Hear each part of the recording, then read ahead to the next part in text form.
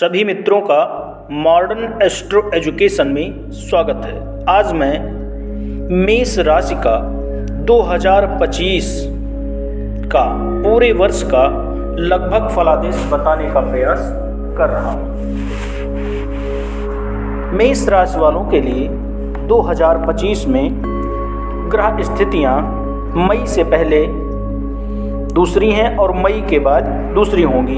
ये स्थिति लगभग सबके लिए होगी क्योंकि 18 मई को राहु और केतु भाव परिवर्तन करेंगे।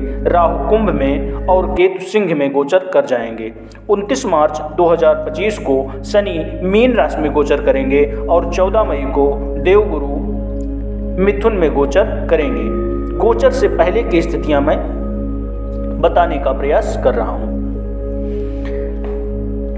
शुरुआत में जनवरी, फरवरी और मार्च का महीना मेष राशि वालों के लिए अच्छा होगा। इस टाइम पर अगर ये कोई धंधा, व्यापार या जॉब के लिए प्रयास कर रहे हैं तो ये सर्वोत्तम समय है क्योंकि गुरु की नवम दृष्टि इनके कर्म भाव पे पड़ रही है। इसलिए ये महीना व्यापार और जॉब के लिए बहुत अच्छा है। इनके जो दशमेश हैं, जिन्हें कर्मेश कहते हैं, वो भी एकादश भाव में विराजमान है कुंभ राशि में। इसलिए इनके लिए ये महीना जॉब और व्यापार के लिए बहुत अच्छा है। शनि एकादश भाव में बहुत अच्छा फल देते हैं। इसलिए जनवरी, फरवरी और मार्च का महीना इनके लिए बहुत अच्छा है। सूर्य की भी प्लेसमेंट भाग्य भाव में है, इसलिए इनका भाग्य सूर्य की तरह चमक सकता है।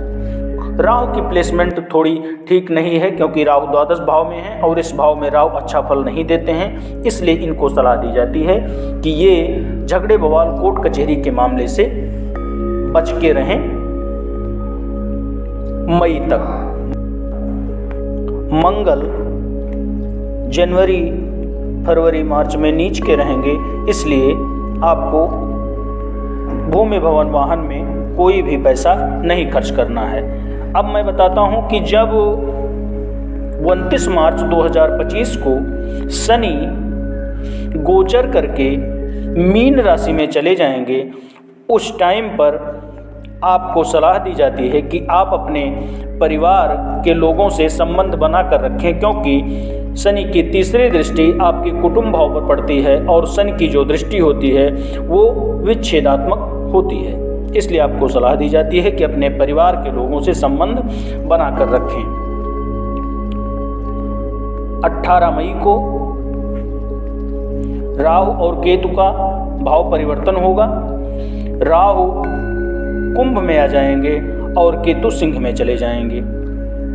केतु का प्लेसमेंट तो सिंह पंचम भाव में कुछ ज़्यादा अच्छा नहीं है, लेकिन राहु का जो भाव परिवर्तन होगा और राहु कुंभ में आ जाएंगे और एकादश भाव में आ जाएंगे, ये आपके लिए सर्वोत्तम है क्योंकि एकादश भाव में राहु बहुत अच्छा फल देते हैं। मई के बाद एकादश भाव में राहु जब आते हैं तो इनकम इतनी बढ़ जाती है कि संभाले नहीं संभलती है, ऐसा कहा जाता है। अब आपकी ग्रह स्थितियाँ कैसी हैं ये आप जानें, लेकिन एकादश भाव में राहु का फल सर्वोत्तम माना गया है।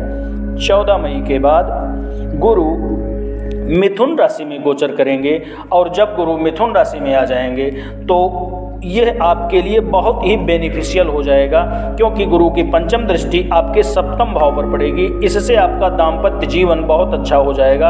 अगर आप अनमैरिड हैं तो मैरिज होने के चांसेस हैं। आपकी साझेदारी का व्यापार में बहुत भी लाभ होगा और गुरु की सप्तम दृष्टि आपके भाग्य भाव पर पड़ने लगेगी।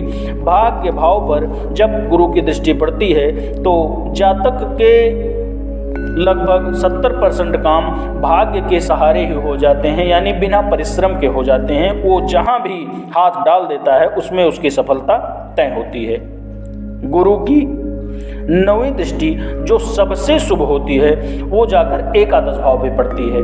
गुरु की दृष्टि जहाँ पड़ती है, ऐसा कहा गया है कि वहाँ अमृत की वर्षा होती है और गुरु की नवम दृष्टि सबसे शुभदायक होती है।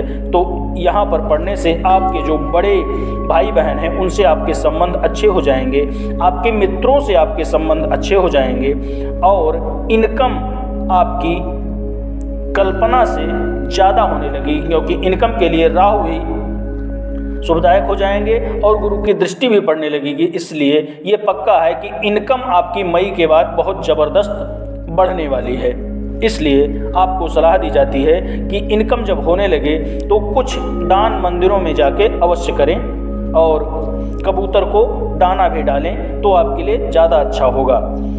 आगे राशियों की चर्चा मैं अन्य वीडियो में करूँगा। तब तक के लिए आप लोगों को नमस्कार।